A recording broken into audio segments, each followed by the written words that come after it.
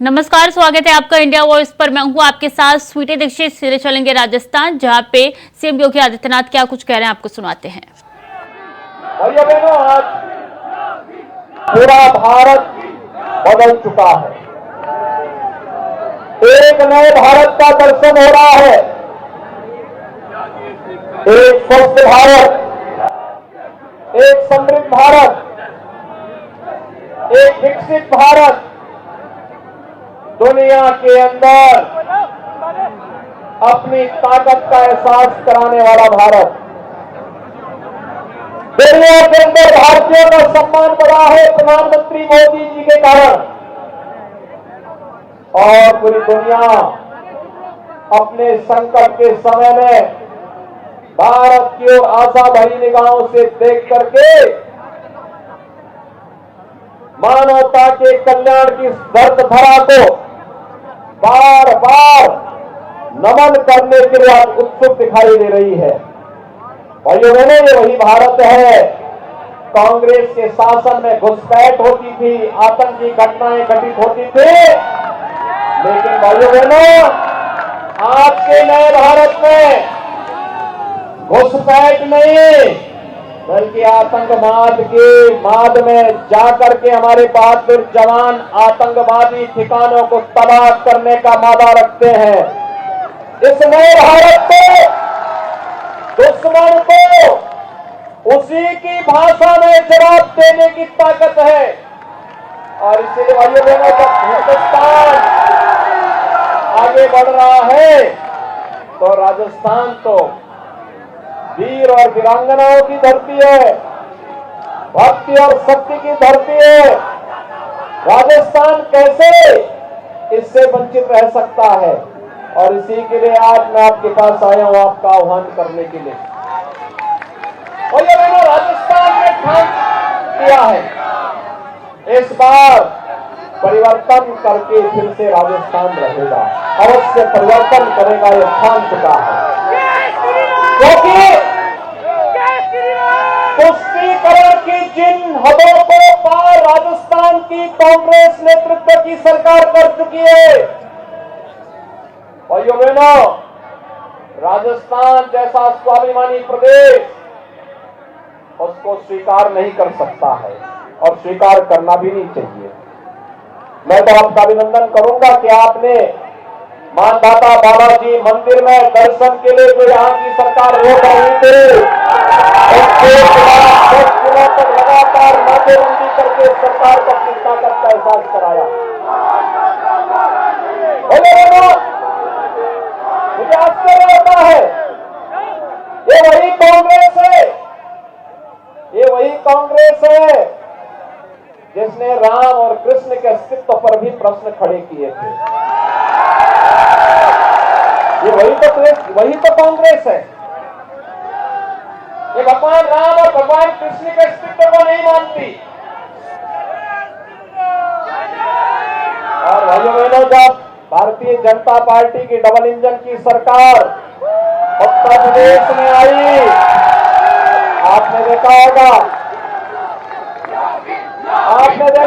उत्तर प्रदेश में 500 वर्षों का विकास समाप्त करके अयोध्या में राम मंदिर के निर्माण का कार्य युद्ध स्तर पर चल रहा है।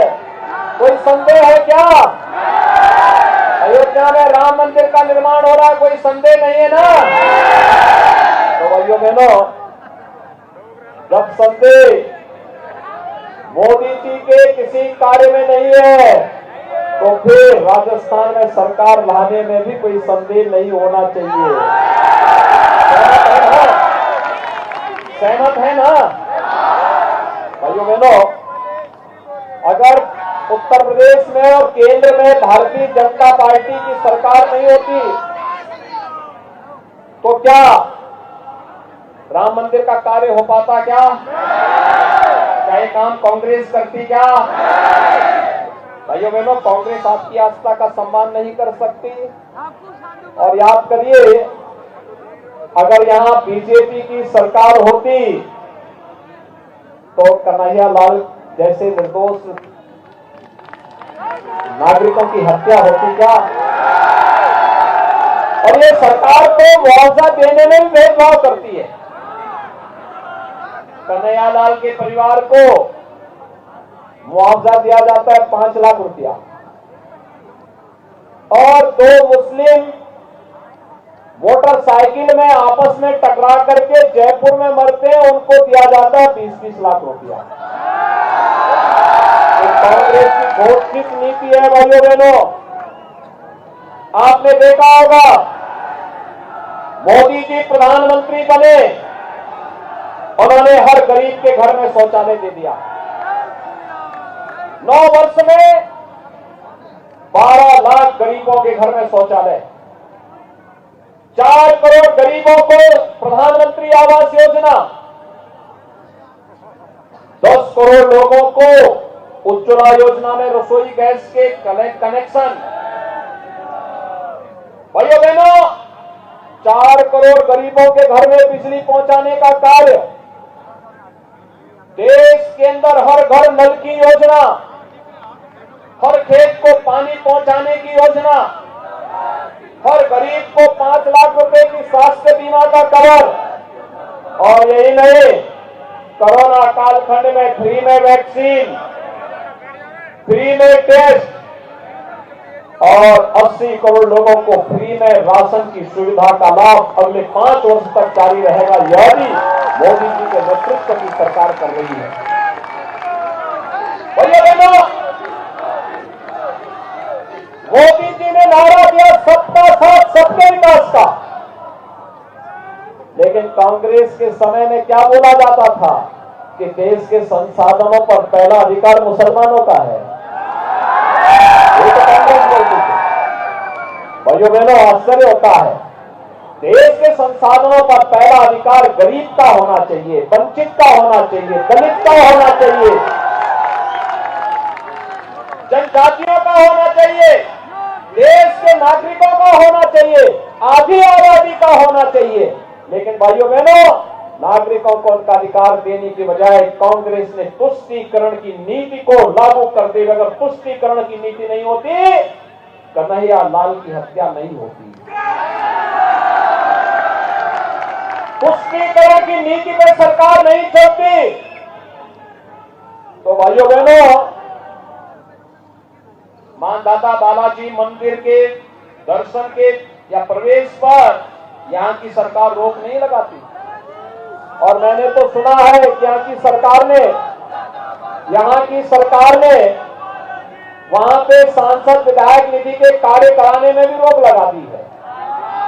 भाइयों बहनों, हमारे यहाँ उत्तर प्रदेश में जितने मंदिर हैं, जितने धर्मस्थल हैं, उन सब के लिए हम लोगों ने एक योजना अलग से चलाई है, उनके पुनरुद्धार की, उनके सुंदरीकरण की। और आप जाएंगे, हर जगह आपको हर मंदिर, हर पौराणिक स्थल का सुंदरीकरण का कार्य देखने को मिलेगा। एक नए रूप के साथ, तेज के साथ नई अयोध्या भी बस रही है, और साथ साथ काशी में भगवान विश्वनाथ का धाम भी एक दिव्य भव्य रूप में सामने आ रहा है। मथुरा वृंदावन भी सज रहा है। भैया बहनों, ये नए भारत की नई तस्वीर है, और इसी के लिए एहसास करने के लिए, कराने के लिए आज मैं आपके पास आया, आपसे अपील करने के लिए। राजस्थान, आपने देखा होगा 5 साल पहले जब वसुंधरा राजे जी के नेतृत्व में भारतीय जनता पार्टी की सरकार थी, तो सीएम योगी आदित्यनाथ को आप राजस्थान से सुन रहे थे। कन्हैयालाल की हत्या का भी जिक्र उन्होंने कहा है, और कहा है कि तुष्टीकरण की अगर राजनीति नहीं होती तो कन्हैयालाल की हत्या नहीं होती। जरूरत है परिवर्तन करने का। तो खबरों में आगे बढ़ेंगे। लखनऊ से बड़ी खबर है, मदरसा बोर्ड के चेयरमैन ने सीएम योगी को पत्र लिखा है। मदरसों की मान्यता के विषय पर सीएम योगी को पत्र लिखा गया है। चेयरमैन डॉक्टर इफ्तिखार अहमद जावेद ने सर्वे का किया है जिक्र। इफ्तिखार अहमद जावेद ने पत्र में लिखा कि गैर मान्यता मदरसों का सर्वे हुआ 1 साल हो चुका है। मदरसा बोर्ड डॉक्टर जावेद ने ये पत्र लिखा है। सीएम योगी आदित्यनाथ को बता दें कि एक साल पहले ठीक यानी कि 15 नवंबर को मदरसे बोर्ड का सर्वे की रिपोर्ट आई थी और 8000 एससी मदरसे थे जो कि मान्यता प्राप्त थे और 7000 कुछ की संख्या ऐसी थी जो कि मान्यता प्राप्त नहीं थी। और ऐसे में अब यहाँ पे पत्र लिखा गया है। मदरसों के सर्वे का एक साल पूरा हो चुका है और लखनऊ से यह अहम जानकारी आप तक पहुंचा रहे हैं, जहां मदरसे को लेकर ये पत्र जो है वो लिखा गया है। शुभम पांडेचार्य जानकारी के साथ जुड़ चुके हैं। शुभम, एक साल पूरा हो चुका है, कई सवाल खड़े हो रहे हैं लेटर में और क्या कुछ लिखा गया है? जी बिल्कुल, आपको बता दें लगातार कहा जा सकता है मदरसा बोर्ड को लेकर के लगातार कहा जा सकता है जो मदरसे थे उनको लेकर के लगातार जो है कहा जा रहा था कि अवैध मदरसा जो है लगातार उत्तर प्रदेश में संचालित हैं, उनको लेकर के एक्शन भी देखा गया, लगातार उनकी जो जांच पड़ताल भी होती रही। उसी के समक्ष जो है मुख्यमंत्री योगी आदित्यनाथ के नेतृत्व में जो एक कमेटी बनाई गई थी उसमें जो है जो मदरसे थे जो उत्तर प्रदेश में उन सभी को चयनित किया गया और साफ कहा सकता है उनकी जो है एक रूपरेखा बनाई गई, लिस्ट बनाई गई। उनका जो सर्वे था वो कराया गया। सर्वे के आधार पर पिछले साल जो है सर्वे रिपोर्ट जो है पूरी हो गई थी जो मदरसे थे। उसी के बाद मदरसा बोर्ड के जो चेयरमैन हैं उनकी तरफ से साफ कहा गया है कि एक साल सर्वे पूरे होने के बाद भी अभी तक किसी जो परमिशन है वो नहीं मिली है। कुछ साफ कहा था जिस तरीके से पिछले 8 सालों में एक भी मदरसे को अनुमति नहीं मिली है, उसको लेकर के जो कई लगभग 9 लाख के आसपास जो छात्र हैं, जो लोग हैं, उनको काफ़ी सारी दिक्कतें होती क्योंकि उनका भविष्य अंधकार की तरफ जा रहा है। साफ पता चलता है कि जिस तरीके से उत्तर प्रदेश में कुछ मदरसे जो है अच्छी तरीके से चल रहे हैं, इसका भी हवाला उनकी तरफ से दिया गया। उन्हीं को देख करके जो है अब लगभग 90 से 95% जो छात्र हैं उनका कहीं ना कहीं भविष्य जो है अंधकार की तरफ जा रहा है। इसको देखते हुए पत्र लिखा गया है और पिछले कई सालों से जो है उसकी परमिशन नहीं मिली है। और ये भी उस पत्र में कहा गया है, मुख्यमंत्री योगी आदित्यनाथ से गुजारिश की गई है कि जो मदरसे हैं उनको जब अवैध बताया जाता है कि अवैध मदरसे हैं, उन पर भी कहीं ना कहीं एक कष्ट होता है कि आखिरकार जब सर्वे पूरे हो गए हैं, रूपरेखा जो है वो पूरी हो गई है, तब उनको जो है अवैध क्यों बताया जाता है। लेकिन अब देखना ये होगा कि मुख्यमंत्री योगी आदित्यनाथ को जो पत्र लिखा गया उसको लेकर के शासन किस तरीके से देखता है और किस तरीके से मुख्यमंत्री योगी आदित्यनाथ देखते हैं, क्योंकि सर्वे रिपोर्ट है वो एक साल पहले ही पूरी हो गई थी, लेकिन अभी तक जो मदरसे हैं उनकी परमिशन जो है नहीं मिली थी। लेकिन अब देखना होगा जो बातें कही गई हैं उस पत्र में, उन पर जो है कितना क्या अमल होता है, क्या चीज़ें सामने आती हैं। शुभम, इस सर्वे से 2 चीजें निकल के सामने आई। पहला कि जो गैर मान्यता प्राप्त मदरसे हैं और दूसरा वो मदरसे जिनका डाटा निकल के सामने आया है जो कि मान्यता लेकर चलाए जा रहे हैं। तो जो गैर मान्यता प्राप्त मदरसे हैं क्या उनको बंद कर दिया गया उसके बाद से? जी बिल्कुल, कह सकते हैं जहाँ पर जो सर्वे आया था, सर्वे में कुछ ऐसे मदरसे थे जिनकी जो है मान्यताएं थी, जो सही तरीके से चल रहे थे, उनकी जांच भी हुई थी। लेकिन उसके अलावा कुछ बहुत सारे मदरसे ऐसे पाए गए थे उत्तर प्रदेश में जो इलीगल चल रहे थे, जिनका जो है कोई रजिस्ट्रेशन नहीं था, कोई भी चीज़ें नहीं थी, उनको कहीं ना कहीं बंद किया गया था। लेकिन उनमें भी कुछ सुधार हुआ होगा। इसके बाद आज पत्र लिखा गया उसमें इन सभी चीज़ों को ध्यान में रखा गया, क्योंकि पिछले 8 साल से कोई भी परमिशन जो है मदरसों को नहीं मिली है। उसको लेकर के लगभग जो है जो बच्चे हैं उत्तर प्रदेश का जो छात्र है वो कहीं ना कहीं बढ़ रहा है, ये भी हवाला दिया गया। उनका ग्राफ जो है बढ़ रहा है, इसको लेकर के उनकी शिक्षा जो है अच्छे से हो सके, इसका भी हवाला दिया गया है। अब देखना ही होगा किस तरीके से चीज़ें की जाती है, क्योंकि जो अवैध मदरसे चल रहे थे उन पर तो अंकुश लगा है, लेकिन जो नए मदरसे चलने जा रहे हैं उनको लेकर के सरकार क्या रूपरेखा तैयार करती है, क्या जो गाइडलाइन है वो जारी करती है, क्या चीज़ें करती है। तो पत्र के माध्यम से जावेद जी का कहना क्या है कि जो मदरसे बंद किए गए हैं आप उसको दोबारा से चालू कर दीजिए? जी बिल्कुल, जिस तरीके से कहा जा सकता है उनकी तरफ से साफ तौर से यही कहा गया है, जो मदरसे हैं उनको जो पिछले कई सालों से जो उनका जो चयनित नाम है वो नहीं आया है, उसको लेकर के एक लिस्ट बनाई जाए। उनका जो सर्वे पूरा हो चुका है, जो उस सर्वे में आ रहे हैं उन सभी को एक कहीं ना कहीं लाइन में लाया जाए, क्योंकि जो उत्तर प्रदेश में काफ़ी संख्या में छात्र हैं वो बढ़ चढ़कर आगे हिस्सा ले रहे हैं, उनकी कहीं ना कहीं पढ़ाई जो बाधित हो रही है, इस सभी चीज़ों को जो है हवाला देते हुए एक पत्र जो है लिखा गया है। लेकिन अब देखना ये होगा शासन उस पत्र को किस तरीके से देखता है, किस नज़रिए से देखता है, किस तरीके से उस पत्र पर जो है जो निगरानी है वो होती है, किस तरीके से, क्या इस पर जो है अब देखना ये होगा, क्या इस पर जो है जो दावे कहे गए हैं चेयरमैन की तरफ से उन पर किस तरीके से चीज़ें देखी जाती हैं, क्या जो मदरसे हैं उनको परमिशन मिलती है या फिर उन पर भी कोई जांच बैठाई जाएगी या फिर जांच कराई जाएगी, उसके बाद उनको परमिशन मिलेगी। ये सभी चीज़ें जो है अब जब जो शासन को पत्र मिलेगा उसके बाद सारी चीज़ें क्लियर हो पाएंगी। जी बिल्कुल, बहुत बहुत शुक्रिया आपका शुभम तमाम जानकारियों के लिए।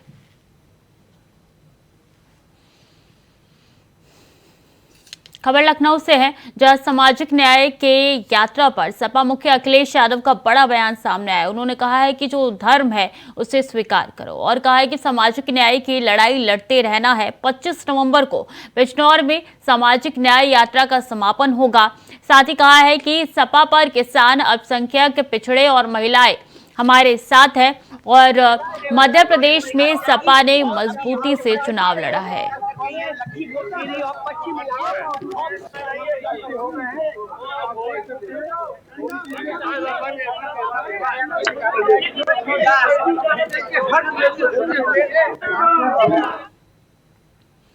रायबरेली में अवैध पटाखा फैक्ट्री में विस्फोट हो गया, जिसमें 4 बच्चे घायल हो गए थे, जिसमें से 2 बच्चों की मौत हो गई। वहीं घायल बच्चों को इलाज के लिए केजीएमयू में भर्ती कराया गया। वहीं घटना के बाद ग्रामीणों ने शवों को सड़क पर रखकर जाम लगाया और जमकर प्रदर्शन किया और अवैध पटाखा फैक्ट्री संचालक के घर को जमींदोज करने की मांग की।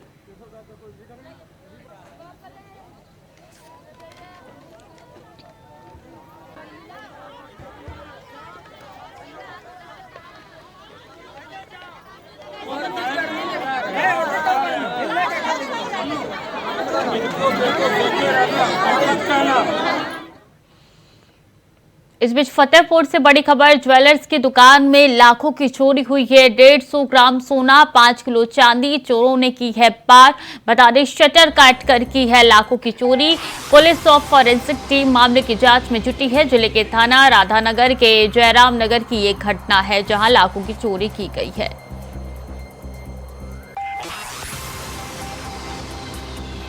तो 150 ग्राम सोना, 5 किलो चांदी, चोरों ने हाथ साफ किया है। इस पे ज्वेलर्स की दुकान में लाखों की चोरी हुई है। हरी ज्वेलर्स की दुकान में लाखों की चोरी की गई है। बता दें कि दुकान में चोरी की गई है। शटर को काटकर चोरी की घटना को अंजाम दिया गया है। 150 ग्राम सोना, 5 किलो चांदी चोरों ने चोरी करके फरार हो गए और शटर काटकर की गई है लाखों की चोरी। जिला के थाना राधानगर के जयराम नगर की पूरी घटना है।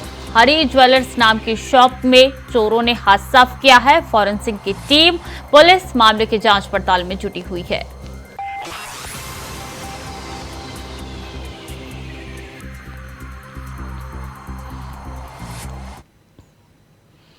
और रायबरेली से बड़ी खबर है। रायबरेली में एक बार फिर से दिखा है तेज रफ्तार का कहर। अनियंत्रित ट्रक ने एम्बुलेंस समेत कई वाहनों के परखच्चे उड़ाए हैं। एम्बुलेंस द्वारा लखनऊ रेफर मरीज को ले जाते समय यह हादसा हुआ है। एम्बुलेंस और ई रिक्शा को भारी टक्कर लगी है। मरीज लेकर जा रही थी एम्बुलेंस और हादसे में 4 लोग घायल हो गए हैं। मीरेडिया थाना क्षेत्र के सारस चौराहे की पूरी घटना बताई जा रही है और तस्वीरों में नजर आ रहा है किस तरीके से रिक्शा और एम्बुलेंस के परखच्चे उड़ चुके हैं। देर रात की घटना है जब मरीज को लेकर लखनऊ जा रही थी एम्बुलेंस और इसी दौरान ये बड़ा हादसा हो गया।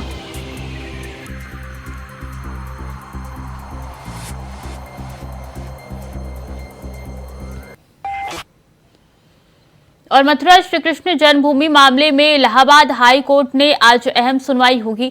ये सुनवाई हिंदू पक्ष की याचिका पर होगी, जिसमें मांग की गई है कि यहां भी कोर्ट कमिश्नर और एएसआई सर्वे कराई जाए। मुस्लिम पक्ष ने इसका विरोध किया। हालांकि करीब 1 महीने पहले हुई सुनवाई में सुप्रीम कोर्ट ये मांग ठुकरा चुका है। तब सुप्रीम कोर्ट ने कृष्ण जन्मभूमि शाही ईदगाह मस्जिद परिसर के वैज्ञानिक सर्वेक्षण का निर्देश देने से इनकार कर दिया था। हिंदू पक्ष की दलील थी कि इससे ये निर्धारित किया जा सकेगा कि क्या ये मस्जिद पहले से मौजूद हिंदू मंदिर पर बनाई गई थी। शीर्ष अदालत ने तब कहा था कि इस मामले में पहले हाईकोर्ट का रुख जाना जरूरी है।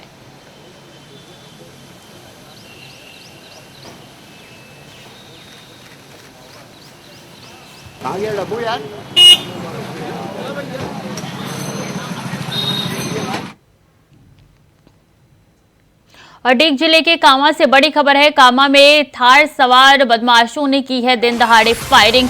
घायल युवक को गाड़ी में ही डालकर ले गए अपने साथ। घटनास्थल से 10 किलोमीटर दूर बदमाशों को पुलिस ने दबोचा है। बदमाशों की थार गाड़ी की टक्कर से एक बाइक हुई है चकनाचूर। पुलिस और ग्रामीणों ने घायल युवक को कराया है मुक्त। तो कामा में थार सवार बदमाशों ने की है दिन दहाड़े फायरिंग। बता दें कि यहाँ पे ये तस्वीरें जो निकल के सामने आ रही है, इससे साफ तौर पर नजर आ रहा है कि किस तरीके से दिन दहाड़े फायरिंग करने के बाद घायल युवक को ले जाया गया है। करीबन 8:45 बजे मेरे को जैसे मेरे रेजिडेंस के बाहर निकला तो 5-7 आदमी एक छोटी बच्ची को लेके आए। बोले साहब इसके बाप को किसी ने गोली मार के गाड़ी के अंदर बिठा के और कामा की तरफ लेके उधर जुरेरा की तरफ लेके गए। मैंने तुरंत ही महेश SHO जुरेरा को फ़ोन किया, मगर महेश नाकाबंदी कर उधर। तो महेश ने जैसे ही सामने से आया तो सोनो घर पे उस गाड़ी का शीशा तोड़ा है और जैसे वो बैक होकर वापस भंडारा की तरफ भागी है तो उसने पीछा किया है। तो इधर में हम भी पीछे आते हैं। गाँव के लोगों ने भी सहयोग किया, किसी ने विरोध भी किया जो उनके साथ वाले थे, और हम तीनों मिलजुल जो। और इस बीच जौनपुर से बड़ी खबर है। पुलिस की गुंडागर्दी का वीडियो वायरल हुआ है। कोतवाली गेट के बाहर पुलिसकर्मियों ने की है पिटाई। एक शख्स की थप्पड़ और डंडे से की गई है पिटाई। पुलिस के मारने का वीडियो वायरल हुआ है। बदलापुर कोतवाली गेट के बाहर की ये पूरी घटना है जहां पे ये वीडियो वायरल हो रहा है। तस्वीरों में नजर भी आ रहा है किस तरीके से पुलिस गुंडागर्दी करते हुए दिखाई दे रहा है और यही वीडियो सोशल मीडिया पे वायरल हो रहा है। जौनपुर का बताया जा रहा है। एक शख्स ने थप्पड़ और डंडे से एक शख्स की पिटाई की गई है, जिसके बाद से ये वीडियो सोशल मीडिया पे वायरल हो रहा है। तस्वीरों में नजर आ रहा है एक शख्स की जमकर पिटाई की जा रही है लाठी डंडे से। बता दें कि पुलिस यहाँ पे एक शख्स को मारते हुए नजर आ रहा है। ये वीडियो जौनपुर का बताया जा रहा है जो कि वायरल हो रहा है।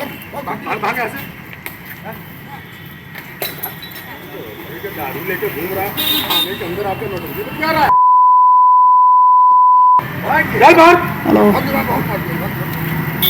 ना समझ में आवतो पारे अभी ना समझ में आवतो चल बात इधर ना बात कर चार महीना तो इसका खाना बांध था और जो भाग ऐसे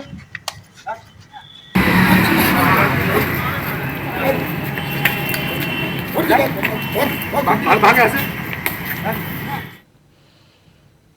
तो फिलहाल के लिए बुलेटिन में इतना ही। खबरें लगातार जारी है, देखते रहिए इंडिया वॉइस।